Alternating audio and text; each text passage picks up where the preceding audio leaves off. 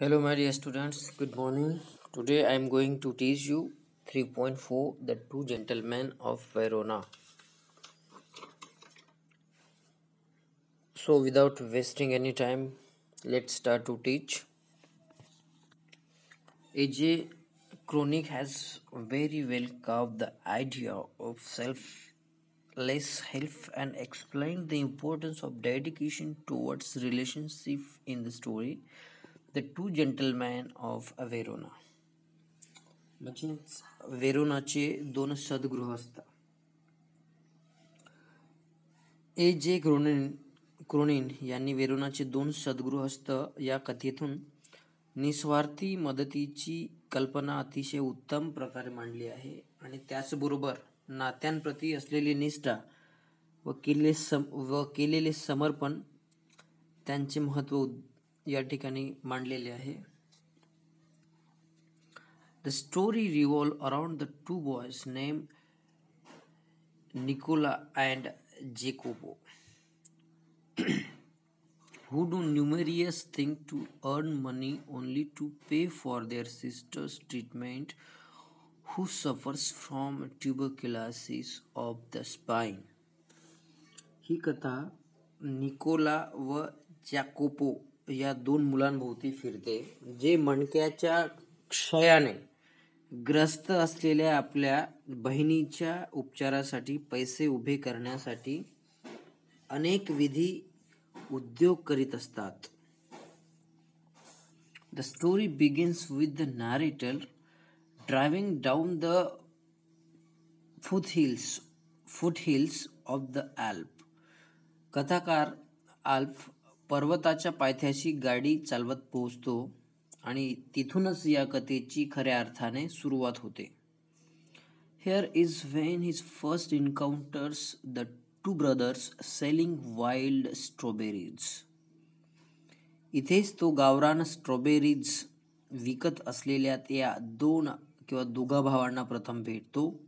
Even after the driver forbids the narrator to buy the wild fruits, he buys the biggest basket and drives towards the town.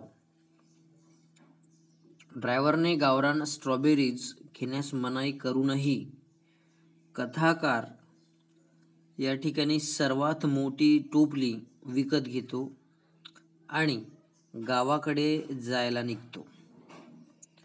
This scene emphasizes on the first step of growing intimacy between the narrator and the two boys.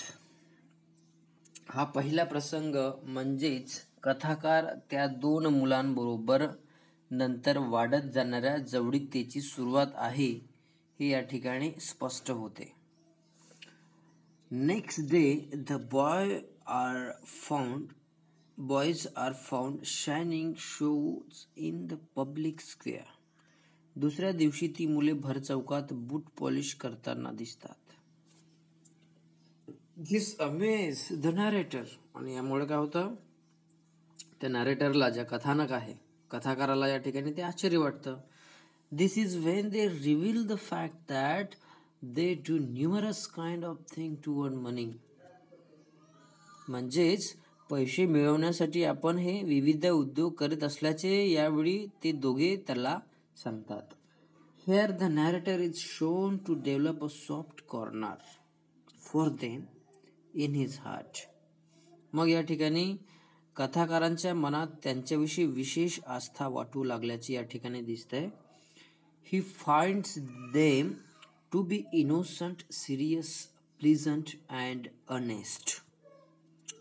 म्हणजेच ते अगदी दोघे कसे आहेत या ठिकाणी निरागस, प्रामाणिक, आनंदी आणि सच्चे असल्याचे म्हणजेच खरोखर जेन्युइन ज्याला आपण म्हणतो असल्याचे या ठिकाणी जाणवते. The boys are very useful to the narrator. म्हणजेच कथानकाला या मुलांचा खूप उपयोग होतो.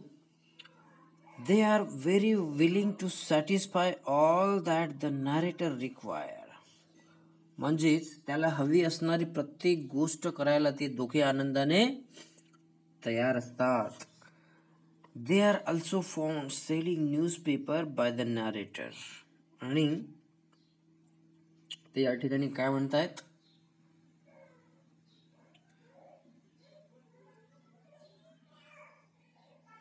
म्हणजेच एका वादळी रात्री कथाकाराला ते वर्तमानपत्रे देखील विकताना दिसतात.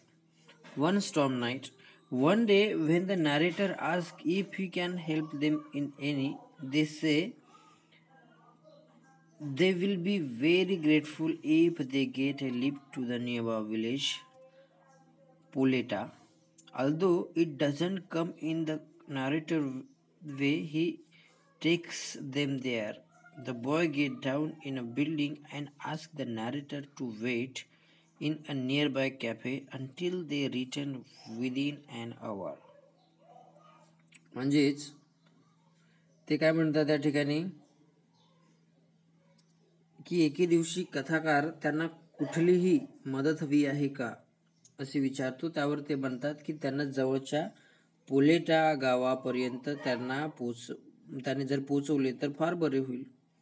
कथाकाराच्या वाटेवर ते गाव येत नव्हते तरी तो त्यांना तिथे घेऊन जातो. मुले एका इमारतीपाशी उतरतात आणि ते तासभरात परत येईपर्यंत कथाकाराला जवळच्या कॅफेमध्ये थांबायला सांगतात.